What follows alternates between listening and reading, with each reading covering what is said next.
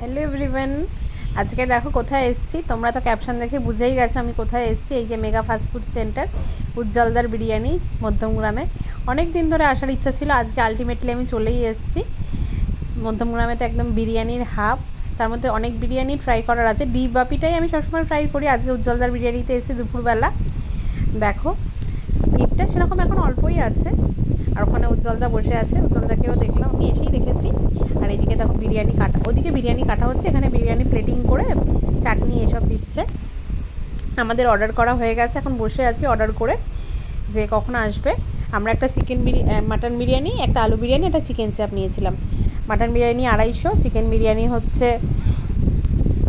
160, আর আমরা যেহেতু আলু বিরিয়ানি নিয়েছিলাম 110, আর হচ্ছে চাপ হচ্ছে 90 টাকা।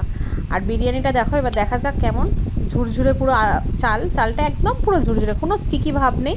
আর আলুটা তো দেখছো টেরিফিক কালার, কিন্তু খেতে খুব ভালো আর একদম নরম। আর এই যে এটা হচ্ছে মাটনের পিস, মাটনটা দেখো। একটা জিনিস আমি বলে রাখি, একটা চিকেন চাপ বেশ বড় সাইজের, যা আপনি যে পিস চাইবেন সেই পিসই দিচ্ছে। ইভেন মাটনের পিসটাও দেখার জন্য আমাকে ডেকে নিয়ে গেছিলো কোন পিসটা নিতে চাই। তো আমি একটু চর্বিওয়ালা মাটন নিয়েছি, এবার একটু খুলে দেখাচ্ছি আপনাদের কেমন ছিল।